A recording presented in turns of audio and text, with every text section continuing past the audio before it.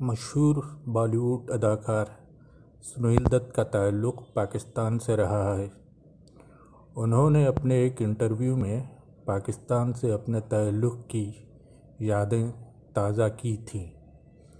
وہ کہتے ہیں، جس وقت میں 5 سال کا تھا میرے پتاجی مر گئے تھے۔ اس کے باوجود ہم اطمینان سے پاکستان کے اپنے گاؤں میں رہا کرتے تھے، کبھی کوئی مسئلہ نہیں ہوا۔ اس گاؤں میں مسلمان زیادہ اور ہندو کم تھے۔ قیام پاکستان کے وقت جو فسادات ہوئے تھے، ان دنوں مسلمانوں نے ہماری حفاظت کی اور ہماری جانیں بچائیں۔ میرے والد کے مسلمان دوست کا نام یعقوب تھا۔ وہ ہمارے گاؤں سے 1.5 میل دور رہتے تھے۔ انہوں نے ہمیں جھیلم شہر تک پہنچانے کے لیے بہت اچھا بندوبست کیا تھا اور بہت حفاظت سے ہمیں کیمپ میں پہنچایا تھا۔ میں میٹرک پاس کرنے کے بعد پاکستان سے ہندوستان آ گیا تھا۔ پھر میں 50 سال کے بعد اپنا آبائی گاؤں دیکھنے پاکستان گیا۔ مجھے یاد ہے کہ اس وقت کے وزیر اعظم نواز شریف نے مجھے مدعو کیا تھا۔ میں نے ان سے درخواست کی کہ میں اپنا آبائی گاؤں دیکھنا چاہتا ہوں۔ وہ بہت مہربان اور شفیق تھے۔ انہوں نے میرے لیے تمام انتظامات کرا دیے۔ میرے گاؤں کا نام خورد ہے۔ یہ جھیلم شہر سے 14 میل کے فاصلے پر ہے۔ میرا گاؤں دریا جھیلم کے کنارے پر ہے اور یہ بہت خوبصورت جگہ ہے۔ گاؤں سے نکلتے ہی جھیلم کے پانی کا بہتا ہوا نظارہ قابل دید ہوتا ہے۔ میں نے ہمیشہ یہ محسوس کیا ہے کہ پاکستان کے لوگ بہت پرخلوص اور محبت کرنے والے ہیں، ہمارے عام لوگوں کی طرح۔ میں جب اپنے گاؤں پہنچا تو سارا گاؤں مجھ سے ملنے کے لیے اکٹھا ہو گیا۔ انہوں نے میری اور میرے خاندان کی خیریت دریافت کی۔ کچھ بوڑھے لوگوں نے مجھے میرے بچپن کے واقعات سنائے اور بتایا کہ ہم سب اس زمانے میں مل کر کتنے خوش رہا کرتے تھے۔ پہلے تو میں سمجھا کہ وہ مجھ سے ملنے کے لیے اسی لیے اکٹھے ہو گئے ہیں کہ میں ایک اداکار ہوں اور ان میں سے بہت سو نے میری فلمیں دیکھی ہوں گی اور میرے بارے میں سنا اور پڑھا ہوگا۔ لیکن کچھ دیر بعد میری یہ غلط فہمی دور ہو گئی۔ وہ اپنے ایک پرانے بچھڑے ہوئے ساتھی سے ملنے آئے تھے۔ انہیں اس بات کی خوشی تھی کہ میں نے اپنے آبائی گاؤں کو یاد رکھا اور اتنی دور سے صرف گاؤں دیکھنے اور گاؤں والوں سے ملنے آیا۔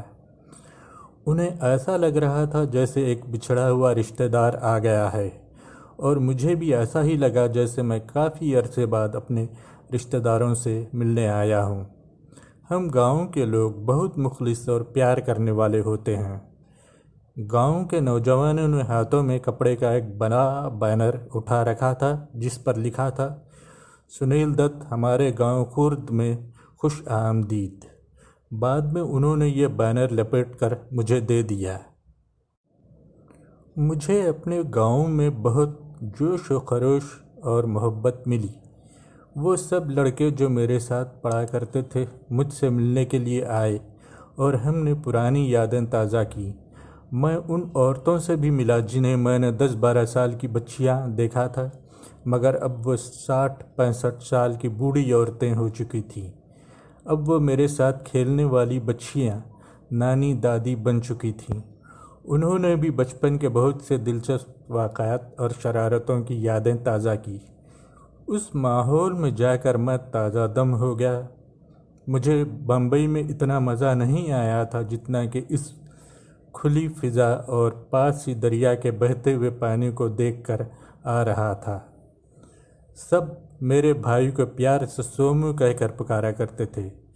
گاؤں والوں نے مجھ سے سومو کے بارے میں دریافت کیا کہ وہ کیسا ہے، کیا کرتا ہے۔ انہوں نے میری بہن رانی کے بارے میں بھی پوچھا۔ اگر وہ مجھ سے اداکار کی حیثیت سے مل رہے تھے تو انہیں میرے گھر والوں سے کیا مطلب تھا؟ مطلب نہیں، یہ لگاؤ تھا جو سادہ دل گاؤں والوں میں ہوتا ہے۔ جب میں نے انہیں بتایا کہ میرے والد اور والدہ فوت ہو چکے ہیں تو وہ سب غمگین ہونے لگے اور ان کی باتیں یاد کرنے لگے۔ پنجاب میں یہ دستور ہے کہ جب کوئی مر جاتا ہے تو عورتیں سینہ پیٹتی ہیں۔ جب میں نے انہیں پتاجی اور ماتاجی کے مرنے کے بارے میں بتایا تو عورتوں نے سینہ پیٹنا شروع کر دیا جیسا کہ ان کا اپنا کوئی رشتہ دار مر گیا ہے۔ ان کی آنکھوں سے آنسو جاری تھے۔ دنیا میں ایسی بے لوث محبت کہاں نظر آتی ہے؟ میرا خیال تھا کہ 50 سال بعد لوگ مجھے اور میرے گھر والوں کو بھول چکے ہوں گے، مگر میرا خیال غلط تھا۔ 50 سال میں تو بہت سے لوگ اپنے حقیقی رشتہ داروں کو بھی بھول جاتے ہیں۔ پھر وہ مجھے اپنے کھیتوں میں لے گئے۔ انہوں نے کہا، بالا، یہ زمینیں تیری ہیں۔ بچپن میں یار دوست مجھے بالا کہا کرتے تھے۔ میں نے کہا، نہیں، یہ زمینیں تمہاری ہیں۔ انہوں نے کہا، نہیں، تم یہاں آ جاؤ، ہم تمہاری زمینیں تمہیں دے دیں گے۔ میں نے محسوس کیا کہ یہ محض زبانی باتیں نہیں تھیں، وہ اپنے دل سے یہ کہہ رہے تھے۔ ان کی باتوں میں پیار اور خلوص کی خوشبو تھی۔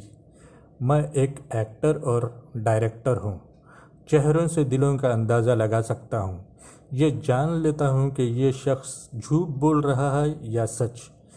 میں نے پوچھا، آپ لوگ میرا اتنا احترام کیوں کر رہے ہیں؟ وہ سب بولے، اس لیے کہ ہمارا مذہب یہی سکھاتا ہے۔ میں دل سے سمجھتا ہوں کہ ہمارے دونوں ملکوں کے درمیان بہت اچھے تعلقات ہونے چاہیے۔